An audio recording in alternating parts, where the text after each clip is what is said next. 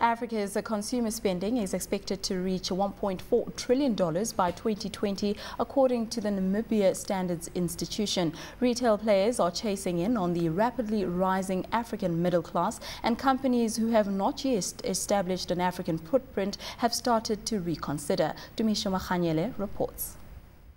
By 2020, 17% of the world population will live in Africa, putting the continent in the perfect position to capitalize on these numbers. According to a report by Bain & Company, the increasing population rate and workforce will see GDP soar to roughly $1 trillion 8 years from now. At first sight, entering or expanding in Africa may appear daunting because of the undeniable complexity of the continent. However, trade blocs such as SADC, ECOWAS and the East African Community are making it easier to break down market barriers. Africa is a continent with a bright future, and make sure that we can be able to grasp the opportunities and make sure that we can work together for united Africa, but also to consolidate and make sure that we can create better atmosphere for trading between ourselves. The continent, which was once considered the backwaters of economic development, has consistently delivered impressive annual rates of over 5% in the past decade and hosts investment hotspots such as South Africa, Nigeria, Kenya and Angola. But to capture these markets, organizations need to have an intimate understanding of both the cultural and regulatory environment, which can prove to be challenging.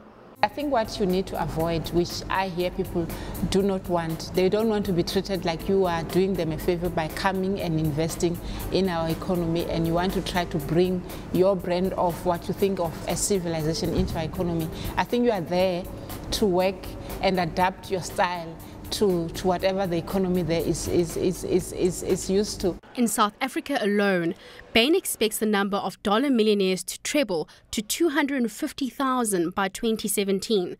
This will fuel the country's consumption as a future market for the luxury goods industry.